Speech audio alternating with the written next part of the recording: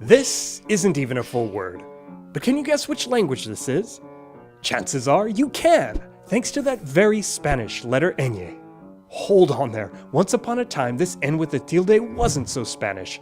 Take it apart, you'll find the tale of an ordinary mark that evolved into an extraordinary letter. Spain has a national hero, a really old one, like almost 1,000 years old. They call him El Cid, or El Cid. Look, Spain is notorious for lisping its Cs, but out here in the Western Hemisphere, and even over there in Andalusia, it's El Cid. El Cid did the stuff a good national hero's supposed to do. He wielded a legendary weapon. He fought cunningly for various factions, but always kept bigger goals in mind. He won the hearts of the peasants. Oh, and he loved Babieca, his trusty steed. One legend tells us how they met. When he was young, su padrino, his godfather, took him out to pick his very own horse.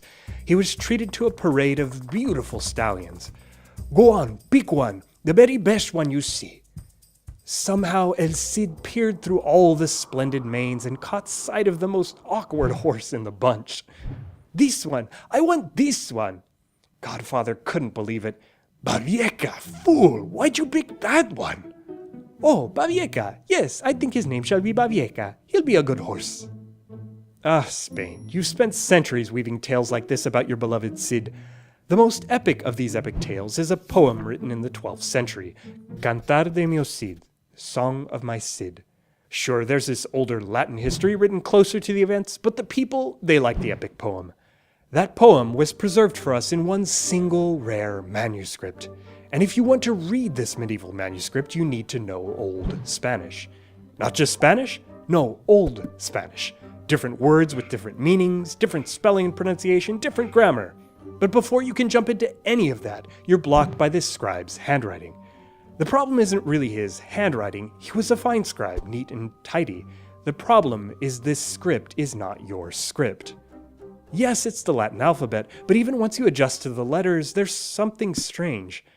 Get your nose close enough to smell the paper, actually the pergamino, parchment, close enough to see the little squiggles. Interesting thing about parchment back in the day, scribes didn't go to the store and pick up packs for pennies a page. This bookmaking stuff was a very expensive endeavor. Partly because of that, ancient scribes had started coming up with ways to save paper but keep their manuscripts pretty. One trick was to make words shorter. With hundreds of years of scribal practice behind them, medieval scribes had amassed a treasure chest of symbols. They can get fancy, but here's a simple one you'll see all the time, the titulus. What is it for? Well, look at the letters below it. Sometimes they're shortened words. Scribes were abbreviating everything from sacred names to run-of-the-mill pronouns. When they did this, though, they left a nifty overmark as a hint. It has a more specific use, though. Look at the words mandó, commanded, and also don, lord, and doña, lady, from Latin dominus and domina. The scribe could spell them out, or he could remove one consonant and write this titulus on top of the letter before it. Notice which consonant got removed? The nasal N. Writing N's on top of previous letters instead of inline isn't something we can blame the Cid for. It had been trending for centuries for both Latin nasals, N's and M's. Good luck getting through too many medieval manuscripts without it. N's above vowels, N's on top of consonants, N's everywhere. But these N's were still optional.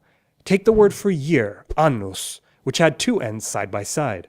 That word became Spanish año. As a scribe, you could take that second N and write it as a titulus above the first. But you could just as well take the first N and have it hop on top of A, or just leave them side by side. Over time, though, the other marks fell away, and ñ, the former double N, was left all alone in Spain, seemingly one of a kind. Why did only this one remnant stick around? Well, it was useful.